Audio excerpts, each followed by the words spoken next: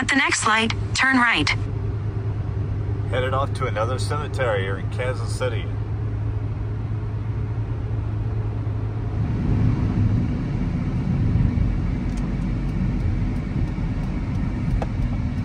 There you go, Forest Hill Cemetery. Now, I'm sure that President Harry Truman, or future President Harry Truman, came down this lane right here at Forest Hill Cemetery in Kansas City because his parents are buried at the far end down here. We're going to check out their graves first. Well, here it is, the gravesite for Harry Truman's parents and his grandparents and his family, the Young and Truman site. And I can't help but wonder if Harry Truman had visited this location a number of times to pay homage to his relatives. There's a very nice marker here, and I just wonder if this was placed after Harry Truman became president. I'm not sure that the Trumans would have gone to the expense or the trouble to install this large memorial marker, but it just has that look, has that 1940s look to it. So I'm betting that after Harry became president in 1945, that's when they decided to place this here. Can't help but wonder if old Harry and Bess came down here and sat on this marker here and looked out over the graves of his mother's right here. So here's the grave of John Anderson Truman. It was Harry Truman's father. He lived from 1851 to November 3rd, 1914. Left Martha a widow. Now, John was a farmer. There's a shadow across the grave, but here's Martha Young Truman's grave. She was quite a character. She lived to see 2 years of her son's presidency before she died. She was 94 when she passed. She made her first trip to Washington soon after Harry became president, accompanied by her daughter in May 1945. Seeing the crowd of press that arrived to cover her visit, she said, "Oh, fiddlesticks, if I'd had known that, I wouldn't have come." Her comments were widely reported and were said to have captured the nation's fancy. My mother was a very independent woman, but a very fair woman. She was inclined to say what she thought. And sometimes I think perhaps she was somewhat misunderstood because she was so matter of fact. But she had very high ideals and fine principles, and she tried to teach it to all of us children. I think she might have succeeded partly.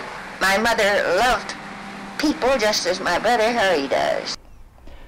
Permit me to share my observation that Harry Truman got most of his looks from his dad, John Anderson Truman.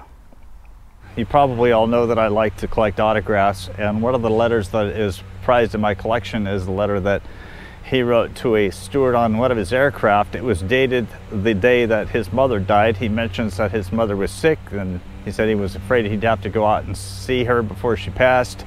Well, when he signed that letter, it was the same day that his mother passed. When he got on the airplane to come out here to see his mother, he found out midway that his mother had already passed. Now here's his grandparents, Solomon Young, lived from 1815 to 1892. Harry Truman also looked like his grandfather. And here's his grandmother, Harriet Louise Young, 1818 to 1909. They are the parents of Martha Young Truman, who was Harry's mother. And here's an uncle of the president, Harrison Young, 1846 to 1916. On this trip, we're going to visit the Truman farmhouse. But can you imagine Harry Truman standing here at these graves, looking out on this hill?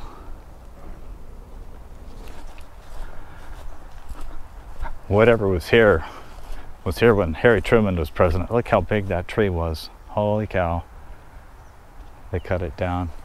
But this over here grabbed my attention. Gaston. Look at that Civil War cannon on top. This grave is that of George Gaston, who was a first lieutenant in the 32nd Independent Battery of the New York Light Artillery. The unit was nicknamed the Buffalo Light Artillery, or Eaton's Battery. He later became a Kansas City liquor and cigar store owner. He died in Germany in 1899, and his body was shipped over the Atlantic Ocean aboard the steamer Barbarossa.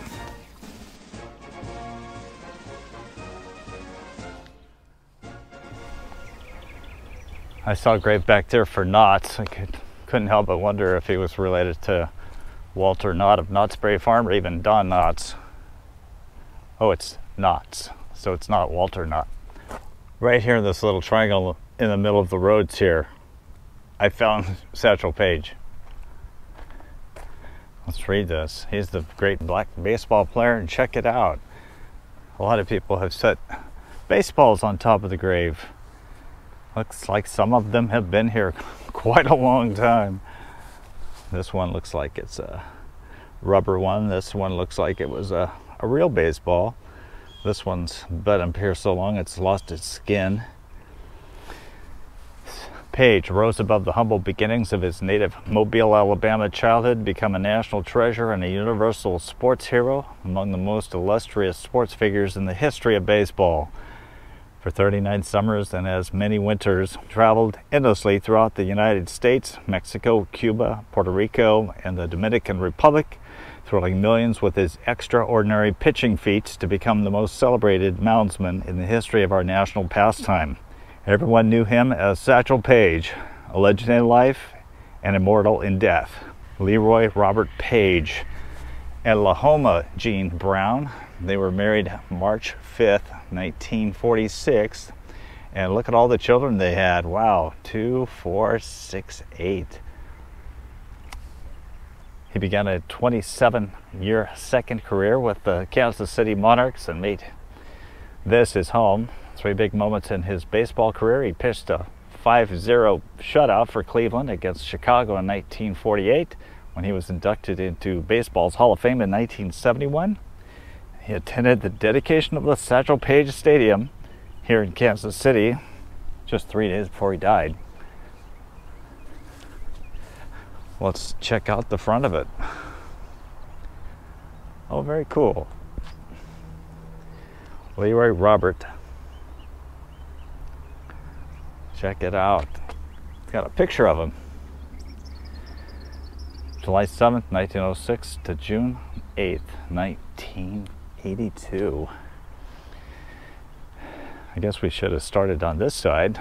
This Paige, he began working carrying suitcases at Mobile Union Station and devising a sling harness for hustling several bags at once. The other redcaps said he looked like a walking satchel tree. Thus Leroy became Satchel, and Satchel became a legend. How to stay young. This is cool. Avoid fried meats which angry up your blood. 2, if your stomach disputes you, lie down and pacify it with cool thoughts. 3, keep the juices flowing by jingling around gently as you move. 4, go very light on the vices, such as carrying on in society. The social ramble ain't restful. 5, avoid running at all times. 6, don't look back. Something might be gaining on you. There's Lahoma. Looks like she lived about a little over 4 years after Satchel's death. Lahoma Brown was not his first wife. In October 1934, he married longtime girlfriend Janet Howard, but they separated a few years later.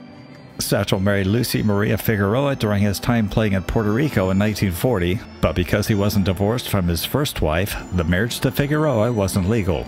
Janet Howard served Paige with divorce papers as he was walking onto the field to play a game at Wrigley Field. Talk about cruel timing. In 1946 to 1947, Paige married Lahoma Jean Brown. I don't know that I agree with him on all of them, especially the part about don't run. Maybe he's talking in terms of baseball. Well, you have to run in baseball too, but I run for fitness. So I guess he just didn't like to run. We're stopped by this one. Look at that. But that's impactful. Or Greg.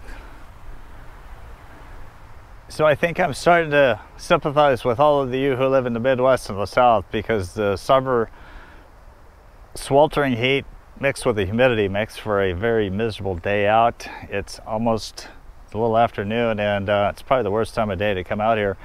But I needed to find this man, Thomas Crittenden, who was the governor of Missouri at one point, a Civil War general, and he had a very interesting link to the era of Jesse James. I didn't find a specific marker for Governor Crittenden. These are all family members. I think the kids are right over here. But right here on the side it talks about Thomas Theodore Crittenden, 1832 to 1909. Soldier, congressman, governor, a friend to mankind.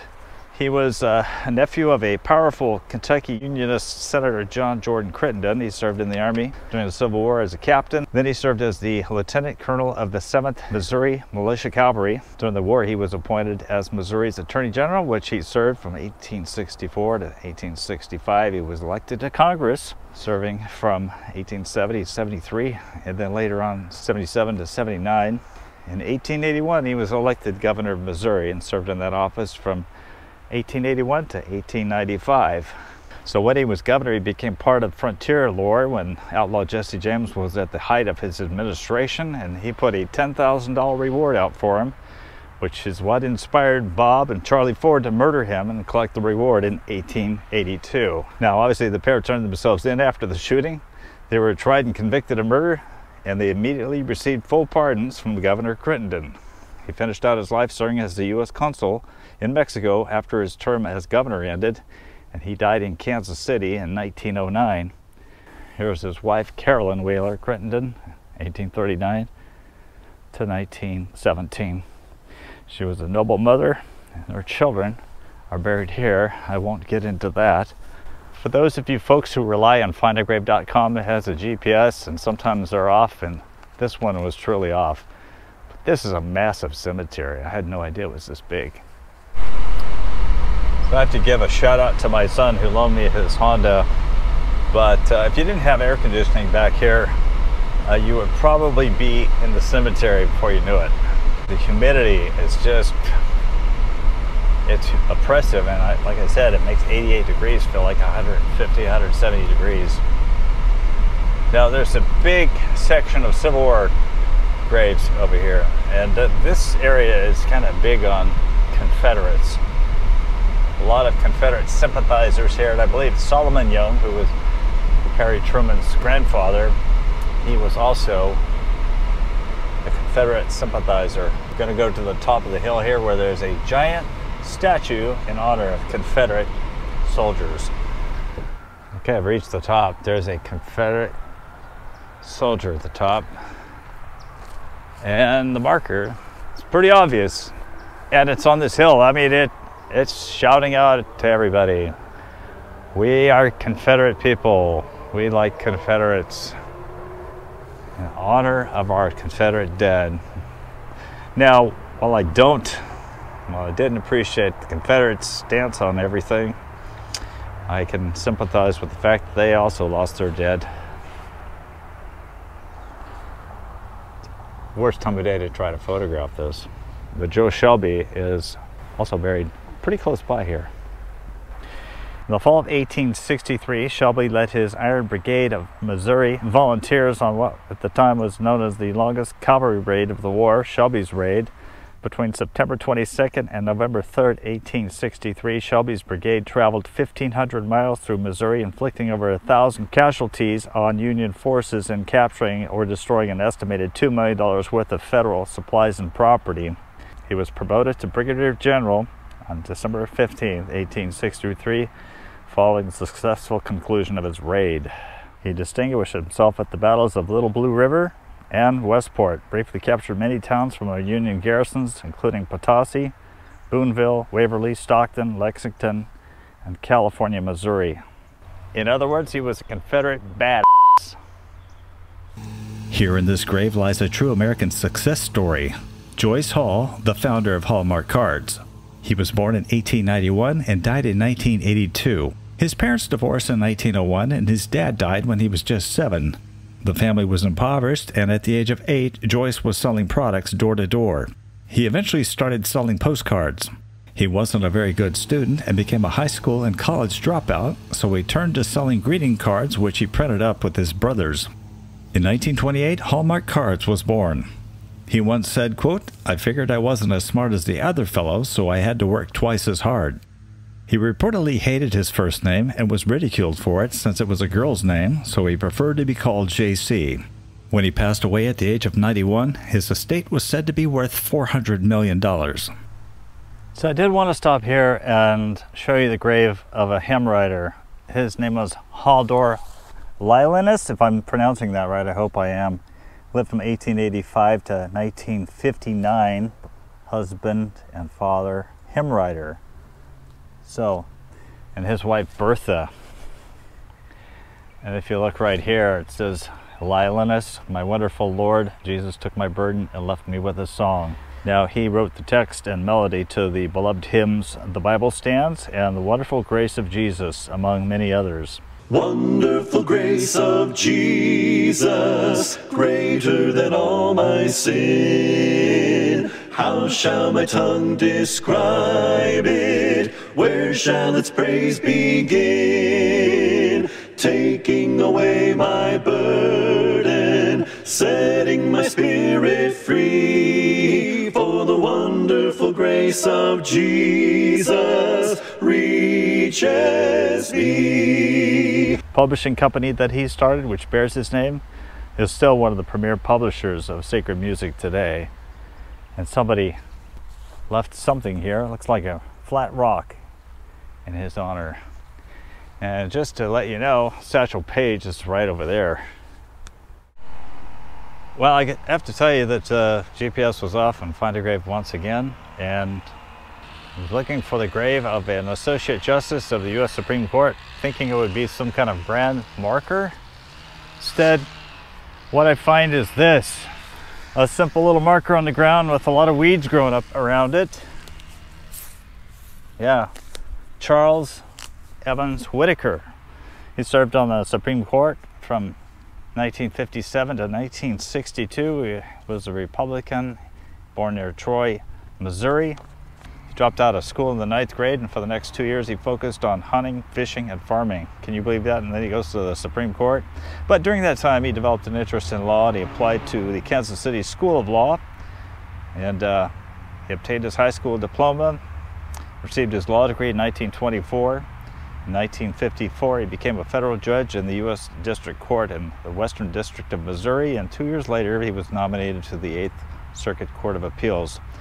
In March 1957, he was nominated by President Eisenhower as Associate Justice of the Supreme Court to replace Stanley Reed, who was retiring, thus becoming the first person to have served as a judge of a federal district court, a federal court of appeals, and the U.S. Supreme Court. Now, during his time on the bench, he failed to develop a consistent judicial philosophy and often cast his vote with the group that made the last but not necessarily the best argument. After he suffered a nervous breakdown in 1962, March of 62, he retired, and 3 years later, he became chief counsel to General Motors. He died in Kansas City here at the age of 72. In fact, the federal courthouse in Kansas City is named in his honor. And that's it. Little slab on the ground. He died in 1973.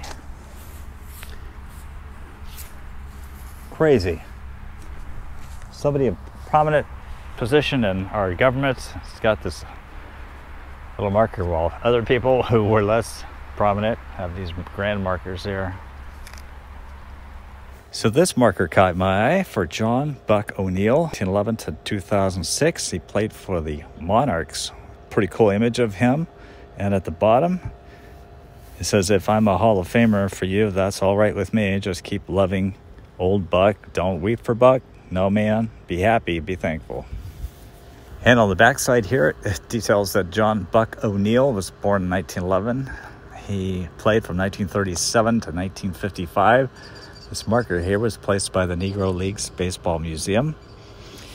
In 1937, he played for the Memphis Red Sox, and then he moved on to the Kansas City Monarchs. He was player-manager, served in the Navy during World War II. He was a scout for the Chicago Cubs in 1955. In 1962, named Major League's first black coach. That was for the Chicago Cubs. In 2006, he was posthumously awarded for the Presidential Medal of Freedom. In 2007, the National Baseball Hall of Fame established the Buck O'Neill Lifetime Achievement Award. Very cool legacy.